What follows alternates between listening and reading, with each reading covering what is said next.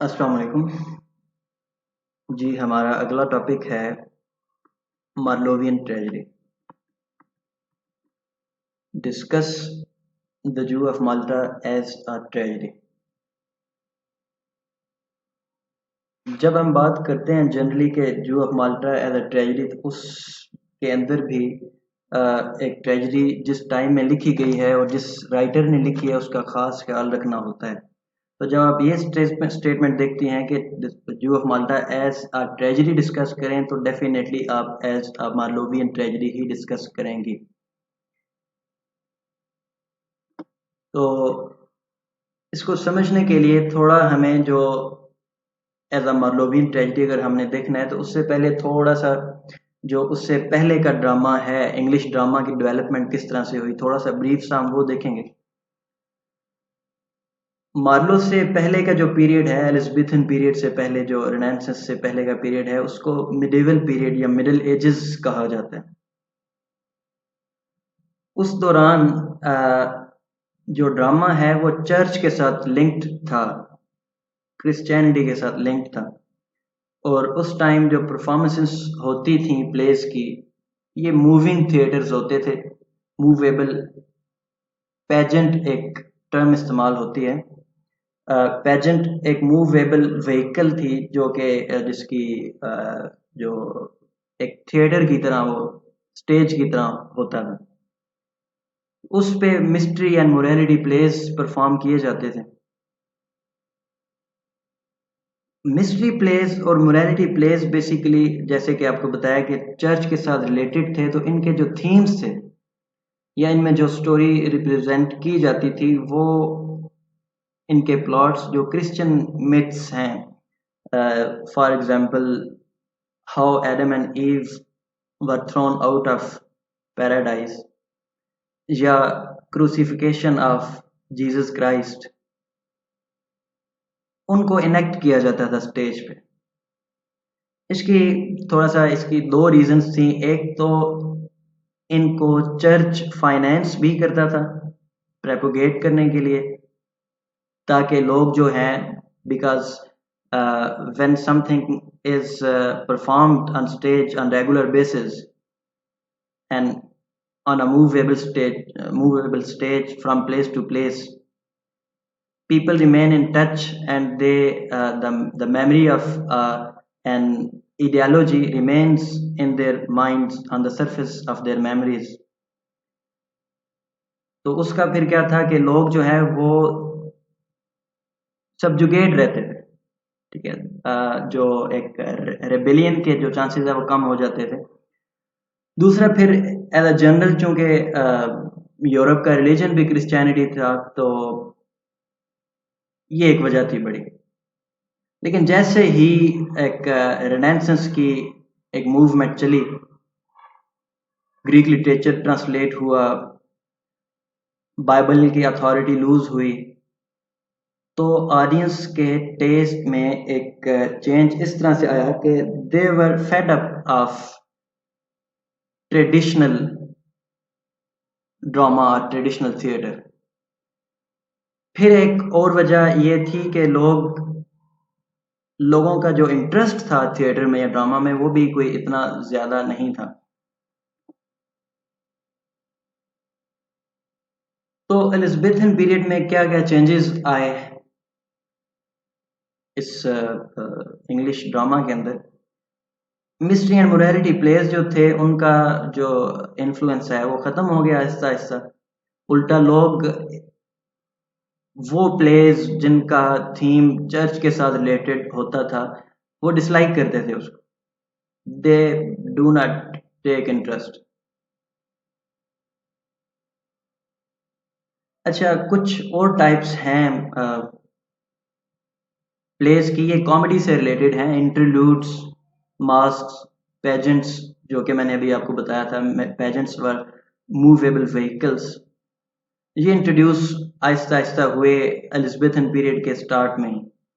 Mask ये वही है, मास्क ये इंग्लिश वर्ड है, जिसका इंग्लिश फ्रेंच वर्ड है, जिसको इंग्लिश में MASK मास्क ही कहा जाता है। मास्क पहन के परफॉर्म करते थे ज़्यादातर ये कोर्ट के अंदर, किंग्स पैलेस में परफॉर्मेंस होती थी इनकी। इंटरलूड्स ये मूविंग कैरेक्टर्स होते थे जो कि विलेज टू विलेज जाके परफॉर्म करते थे, और इनका ज़्यादातर जो है एंटरटेनमेंट कॉमिक टाइप थीम्स होते थे। They were not serious in regard of their themes as compare to morality and mystery plays, उनके थीम्स सीरियस होते थे। तो ये न्यू ट्रेंड्स थे, ये इंटरलूड्स, मास्क, पेजेंट्स जो अभी ऊपर जिनका जिक्र हुए। ऑडियंस का सीरियस इंटरेस्ट नहीं था। ये है जी पेजेंट, जैसा कि अभी आप ये फोटो में आपको नजर आ रहा है।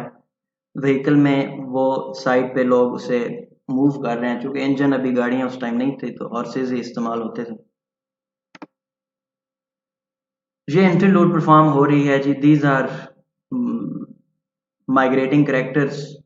ये ग्रुप की फॉर्म में होते थे, विलेज टू विलेज जाते थे, लोगों को एंटरटेन करते थे। जैसा कि आपको लेफ्ट साइड पे नजर आ रहा है, उसके पास ड्रम है, और that horse is also not real. ये थोड़ा सा इंटरलूड का है। ये मिरेकल एंड मिस्ट्री प्लेस।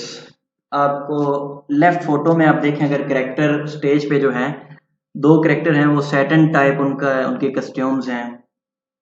दरमियान में ह्यूमन बीइंग्स हैं जो वो स्वॉर्ड लेके मार रहा है सैटन को। जैसा कि आपने उसमें एडमंड स्पेंसर की पोएम आपने पढ़ी है, फेरी क्वीन में द रेड क्रॉस नाइट जिस तरह से फाइट्स करता है इवल स्पिरिट्स के साथ। बैक पे आपको एंजल्स नजर आ रहे हैं जो कि क्रिश्चियनिटी को रिप्रेजेंट कर रहे हैं। फोटो में आपको ये नजर आ रहा है। राइट साइड पे भी फोटो जो है उसमें भी इसी तरह सैटन है, वो ऊपर स्टेज पे मॉन्स्टर टाइप खड़ा है, नीचे आपको एंजल्स नजर आ रहे हैं। तो यहाँ से फोटो से ही पता चल रहा है कि the themes of this kind of place were religious, Christian oriented. तो ऐसे वक्त में लेट 16th सेंचुरी में, लास्ट 20 ईयर्स जो थे, उस टाइम कुछ जीनियस लोग थे जिनका ताल्लुक कैम्ब्रिज यूनिवर्सिटी और ऑक्सफोर्ड यूनिवर्सिटी से था। इन्होंने ग्रुप बनाया, लिटरेरी पीपल थे, जिनमें से नोटेबल क्रिस्टोफर मार्लो है, ग्रीन है, जॉन लिली है, एंड जॉर्ज पील है। ये चारों ड्रामाटिस्ट थे, जिनमें से जॉन लिली जो है ये इसने प्रोज भी लिखा है। प्रोज में भी इनका एक फ्रांसिस बेकन के साथ जॉन लिली का नाम आता है। बाकी सारे जो है इनकी स्पेशलिटी ड्रामा में ही थी, जिनमें सबसे अच्छा ड्रामा जो है वो मार्लो का था। जो चेंजेस थे, जो ट्रेडिशनल ट्रेजेडी जिस बंदे ने इंट्रोड्यूस करवाया है, एक डिफरेंट, एक रेनेसांस ट्रेजेडी जैसा कि हमने पढ़ा, वो मार्लो ही था। तो हाँ, शेक्सपियर जो है ये he was an outsider, he did not belong to any university. लेकिन कुछ प्लेस हैं शेक्सपियर के जो इसने इन यूनिवर्सिटी विट्स के साथ कोलैबोरेशन में लिखे हैं। एक प्ले है शेक्सपियर का, लव्स लेबर्स लॉस्ट, वो इसने मार्लो के साथ कोलैबोरेशन में लिखे हैं, जिसमें मार्लो ने हेल्प की है, दोनों ने मिलके। कुछ एक दो और प्लेस भी हैं, शायद हेनरी टू एक प्ले है इसकी। जी, ये जो यूनिवर्सिटी विट्स हैं, इनकी मोटिवेशन क्या थी? मोटिवेशन से मुराद ये है कि ये इंस्पायर किससे थे, इनकी इंस्पिरेशन इनकी क्या थी। जैसा कि हम पढ़ चुके हैं कि ग्रीक लिटरेचर जो था वो उसकी ट्रांसलेशन हुई थी इंग्लिश में, और फिर ये लोग चूंकि थे यूनिवर्सिटी के साथ लिंक्ड थे, तो इन्होंने एक ये रिवेंज ट्रेजेडी है, ये ग्रीक बेसिकली है, इसमें इनका थीम रिवेंज टाइप होता था। अगर एक for example there is a hero and he faces something bad due to exploitation of a villain or antagonist, he takes revenge। यहाँ पे इसमें ज़रूरी नहीं है कि हीरो ही रिवेंज ले, समटाइम्स विलन भी हो सकता है, एंटेगोनिस्ट भी हो सकता है। एक इंस्पिरेशन विट्स की ये थी रिवेंज ट्रेजेडी। सेकंड है फिर सेनेकन ट्रेजेडी। सिनिकन ट्रेजेडी, ये एक सिनिका अर्ली रोमन पीरियड में 1st सेंचुरी एडी में प्ले राइट था, ट्रेजेडियन था। सिनिकन ट्रेजेडी का भी बेसिकली जो मेन थीम है वो रिवेंज ही होता था। थोड़ा सा इसमें है कुछ और कैरेक्टरिस्टिक्स हैं, इसमें एक्शन कम होता था। ज़्यादातर जो स्टेज पे कैरेक्टर्स होते थे वो आइडियाज़ को डिस्कस करते थे। और ये सिनिकन ट्रेजेडी ही है बेसिकली जिसको जू ऑफ माल्टा पर्टिकुलरली इसके पॉइंट ऑफ व्यू से क्रिस्टोफर मार्लो ने इसको इम्प्रूव किया। नेक्स्ट पॉइंट जैसा कि आपको नजर आ रहा है, ट्रांसलेशन इनटू इंग्लिश, ये बेसिकली ऊपर जो हमने पढ़ा है रिवेंज ट्रेजेडी और सिनिकन ट्रेजेडी, इन्हीं की ट्रांसलेशंस हुई थी। Early tragedies were mere imitation of Senecan structure, ये जो अभी आपसे मैं बात कर रहा था पिछली स्लाइड में, जिन बाकी ये प्ले राइट्स का जिक्र हुआ है, green, lily and peel, other भी थे, जॉन लॉज एक इम्पॉर्टेंट प्ले राइट है। इनका कोई स्पेशल, कोई नई चीज़, कोई इनोवेशन नहीं की थी इन्होंने, कोई नया आइडिया, नया स्ट्रक्चर के हवाले से या थीमेटिक पॉइंट ऑफ व्यू से कुछ नया इंट्रोड्यूस नहीं करवाया था। मार्लो ही है जिसने थोड़ा सा इसमें इम्प्रूव किया। तो early tragedies were mere imitation of Senecan structure and themes. Marlowe की कंट्रीब्यूशन क्या है जी? एक तो स्ट्रक्चर को इम्प्रूव किया है मार्लो ने थोड़ा, जो कि पहले एक ट्रेजेडी में जैसा कि है ग्रीक ट्रेजेडी या जो ट्रेडिशनल कन्वेंशनल ट्रेजेडी थी उसमें कोरस का रोल था। सिनिकन ट्रेजेडी में भी कोरस का रोल है, रिवेंज ट्रेजेडी में, ग्रीक ट्रेजेडी में तो वैसे ही होता। कोरस को रिमूव कर दिया है, उसकी जगह पे जैसा कि स्टार्ट में आपको प्रोलॉग में मिकेवेली नजर आया है और other characters themselves are representing what they are going to perform on the stage। ये स्ट्रक्चर में एक थोड़ा चेंज है। फिर सेकंड चेंज ये है कि जो कन्वेंशनल ट्रेजेडी है उसमें आपको जैसा कि पता है इडिपस रेक्स के अंदर हमने पढ़ा है, उसमें कैरेक्टर्स रॉयल हैं। रॉयल कैरेक्टर से मुराद जो प्रोटैगनिस्ट है हमारा वो रॉयल क्लास से बिलोंग करता है। ही इज इधर प्रिंस और किंग और सम जनरल। ओथेलो में जो आपका ट्रेजिक हीरो है वो he is a general, he belongs to elite class. In other words, he is also a royal character. But Barabbas is a common character। यहाँ पे humble family से मुराद, meaning इसका humble से ये नहीं है कि वो कोई मोरालिटी, कोई कन्वेंशनल मोरालिटी को फॉलो करते हैं। humble से मुराद सिंपली ये है कि they do not belong to royal family, they belong to middle class। Barabbas is neither king nor a prince but a common Jew। Brabus ने उस सोसाइटी के अंदर माल्टा में इम्पोर्टेंस कैसे हासिल की, उसने मेहनत की है काफ़ी, कई सालों की मेहनत से वो जो भी जैसे भी उसने की, he has accumulated a lot of wealth due to which he has got a reputation, although he is not respected due to his religion, but he has a reputation, he has power of wealth। और वो revolt करता है जी against existing order से मुराद ये है कि वो डरता शरता नहीं है। he does not he's not afraid of king, जैसा कि he kills the son of the governor of Malta, Farnese, Lodovic and Matthias। they are royal characters and देखें यहाँ पे थोड़ा सा आप ये अंडरस्टैंड करें कि हम आम जो एक कॉमन पीपल हैं जो सोसाइटी के, वो कभी भी उनकी ये इतनी स्पिरिट, करेज नहीं होती कि वो किसी एक हाई क्लास, स्ट्रॉन्ग क्लास के मेंबर के साथ कोई मसला खड़ा करें, because they know that they will be crushed. But here Barabas is not afraid of any consequences, courageous है, चैलेंज कर देता है रूलर को। फिर जी एक इम्पॉर्टेंट पॉइंट इसका है मैकियावेलियन ट्रेजेडी के पॉइंट ऑफ व्यू से, हम मैकियावेलियन कह रहा हूँ, मार्लोवियन ट्रेजेडी के पॉइंट ऑफ व्यू से उसमें मैकियावेली का इन्फ्लुएंस है। I will try to briefly explain it. 1532 में बुक लिख रहा है मैकियावेली द प्रिंस के नाम से। इसकी करेक्टरिस्टिक ये है कि it is not conventional morality oriented, he rejects Orthodox morality. Ambition को एडमायर करता है, लेकिन ये एम्बिशन भी जो है ये इंडिविजुअल की अपनी जो एक डिजायर्स हैं उनको ये एनकरेज करता है। emphasizes the good of individual by any means। Individual की जो अपना जाती फायदा है उसको एम्फेसाइज करता है मैकियावेली, चाहे वो किसी तरीके से भी हासिल करे। तो बैराबस is a true disciple of Machiavelli. Disciple means student. He is a follower of Machiavelli. Ambitious है definitely, जैसा कि Machiavelli प्रमोट करता है ambition को, individual ambition को। Barabbas is ambitious for power through wealth. लोगों को इस्तेमाल करता है throughout the play।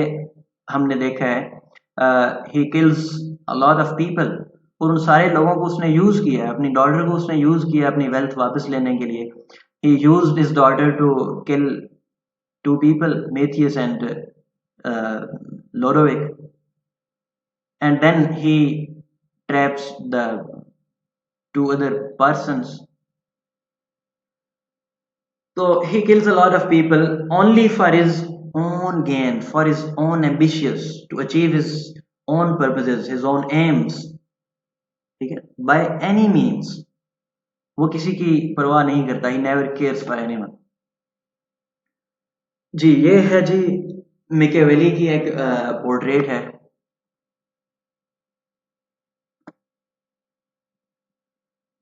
Another important characteristic of Marlowian tragedy is that it is a tragedy of character। tragedy of character से क्या मुराद है कि यहाँ पे as compared to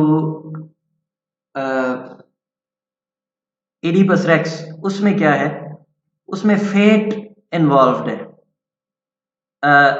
Oracles has prophesied something, जो कुछ उन्होंने कह दिया है, जो कुछ गॉड्स ने बता दिया है उसके अगेंस्ट वो चाहे जितनी भी कोशिश कर ले वो नहीं हो सकता। किंग लायस ने कोशिश की है, he has tried to kill his son but he is not successful। so character वहां पे कैरेक्टर की नहीं चलती। character is subjugated। character means a tragic hero is subjugated to the divine powers, to the fate। but here in the Jew of Malta, character is responsible, fate involved नहीं है। Barabbas takes his wealth back by intelligence। he uses his daughter, he makes her turn as a Christian and go back to her home, which has been turned into a monastery and nuns are living there। तो क्या हुआ है, उसने सिर्फ उसको अपनी intelligence के through use किया है। so he has got his wealth back। और फिर यहाँ पे जो उसकी ट्रेजेडी, उसका जो ट्रेजिक फॉल है वो भी उसकी अपनी गलती है। क्या गलती है, he has trusted फर्नीस, उसने फर्नीस पे ट्रस्ट किया है, ट्रस्ट ही हो गया कि अपने प्लान में उसको शामिल किया है कि उनको बुलाते हैं जो वो the prince of Ottoman empire, Turkish prince, उसको बुलाते हैं, उसको बुला के उनकी एक फीस्ट, उनकी एक दावत करते हैं और उनको हम मार डालेंगे। लेकिन क्या है, एंड टाइम पे फर्नीस उसको धोखा दे जाता है, तो वो उसकी अपनी गलती है। उसका tragic fall is subject to his own fatal mistake. जी नेक्स्ट हमारी एक कैरेक्टरिस्टिक है मार्लोवियन ट्रेजेडी की, he discards conventional morality। conventional morality क्या थी? conventional morality basically religious morality थी, रोमन कैथोलिक चर्च की ही। Tragedy is no more a medium to propagate church. मतलब जैसे कि पहले मोरालिटी प्ले या मिस्ट्री प्ले किसके लिए इस्तेमाल करते थे? प्रोपोगेट चर्च के लिए, रिलीजियस थीम्स को प्रोपोगेट करने के लिए। बट इन दिस ट्रेजेडी जू of Malta we do not see any theme which makes the audience turn towards Christianity, turn toward church। बल्कि यहाँ पे उन्हें यह बताया गया है कि करेक्टर जो चाहे कर सकता है, अगर उसका ट्रेजिक फॉल भी है तो उसकी अपनी गलती की वजह से है। He can achieve anything. Protagonist's fall is caused by his own mistake and no supernatural power is involved. वही जो हम डिस्कस कर चुके हैं, प्रोटैगनिस्ट का फॉल उसकी अपनी गलती की वजह से है। सुपर नेचुरल पावर से मुराद के कोई डिवाइन पावर, कोई गॉड शॉट या कोई रिलीजियस उसमें इन्वॉल्व नहीं है, जो कि जू ऑफ माल्टा के प्लॉट के अंदर जैसा कि हम देखते हैं। जी, बड़ी स्पेशल एक कैरेक्टरिस्टिक है पर्टिकुलरली क्रिस्टोफर मार्लो की। एक बहुत बड़ी वजह है इसके एक इम्पॉर्टेंट प्ले राइट होने की, वो उसकी लैंग्वेज है। उसकी लैंग्वेज जो है वो बड़ी पोएटिक है। उसने ब्लैंक वर्स को फॉलो किया है, हालांकि ये बड़ा मुश्किल होता है एक प्ले के अंदर इस पूरे स्ट्रक्चर को फॉलो करना, throughout the play blank verse को फॉलो करना। Although it is a free verse means it has no rhyme scheme, drama में होती भी नहीं है। तो blank verse means it is an iambic pentameter, ठीक है। सबलाइम पोएट्री है। सबलाइम पोएट्री से मुराद के वेरी हाई क्वालिटी है उसकी, जो उसने चूज किए हैं वर्ड्स वो म्यूजिकल हैं, रिदम है उसमें। फिर लैंग्वेज सीरियस है, it is not non serious, जैसा कि प्ले का थीम है सीरियस, तो थीम के रिलेटेड ही लैंग्वेज भी है। ये ट्रिवियल लैंग्वेज नहीं है या कॉमिक लैंग्वेज नहीं है, ये करेक्टरिस्टिक है मार्लोवियन ट्रेजेडी की। तो ये कुछ इंपॉर्टेंट करेक्टरिस्टिक्स थी जी हमारी। We can conclude that particularly Christopher Marlowe की बहुत ज़्यादा कंट्रीब्यूशन है एक इंग्लिश ट्रेजेडी को शेप देने में। इससे पहले कोई प्रॉपर शेप नहीं थी। फिर रीगेंड फेम से मुराद जो ट्रेजेडी है, जैसा कि पीछे हमने पढ़ा है मिडिवल पीरियड्स में मिस्ट्री और मिरेकल प्लेस थे, उसके दौरान लोगों का वो एक रेनेसांस मूवमेंट की वजह से एक नई स्पिरिट आई है, उसकी वजह से लोगों का ट्रस्ट चूंकि कम हुआ है, तो they do not take interest in performances because previous performances were religion oriented, ठीक है। तो अब चूंकि the themes of Marlowe's tragedies are not religious, they are away from religion, they are free from religion। Other place हैं इसके, doctor Faustus है, उसमें भी इसी तरह की स्टोरी है। उसमें भी character himself is responsible for his tragic fall, tragic downfall. तो इसमें भी यही है। और ये जो चूंकि अब समथिंग एक डिफरेंट थी, समथिंग न्यू थी, और हमेशा आम लोग जो कॉमन पीपल हैं वो जब एक नई चीज आती है तो उसकी तरफ ज्यादा एक ध्यान जाता है। तो फिर क्या है, शेक्सपियर ने जो प्लेस लिखे हैं वो बेसिकली जो आप कह सकते हैं रूट कैरेक्टरिस्टिक्स जो हैं शेक्सपियरियन ट्रेजेडी की, वो बारो उसने मार्लो से ही की हैं। इवन उसके प्लॉट्स जो हैं, उसके 2-3 प्लेस के प्लॉट्स हैं, जैसा कि जू ऑफ माल्टा जो हमारा प्लेस के पैरेलल शेक्सपियर का एक प्ले है, द मर्चेंट ऑफ वेनिस। अब उसका plot is similar to, basically similar है, लेकिन उसमें क्या किया है, उसमें उसने जैसा कि अभी हमने पीछे ब्यूटी ऑफ फॉर्म में पढ़ा है, फॉर्म को इम्प्रूव किया है शेक्सपियर, लैंग्वेज को इम्प्रूव किया है, उसकी पोएट्री ज्यादा सबलाइम है, ब्लैंक वर्स में ही है। तो these were some important characteristics. आप अपने तौर पे भी कुछ और सोर्सेज से भी कोशिश कीजिएगा, इसको और एक्सप्लोर करें आप, और कैरेक्टरिस्टिक्स इसकी, और उसको आप फिर डिस्कस कीजिएगा, उनको भी इंक्लूड करने की कोशिश करें। तो दिस वाज द टॉपिक।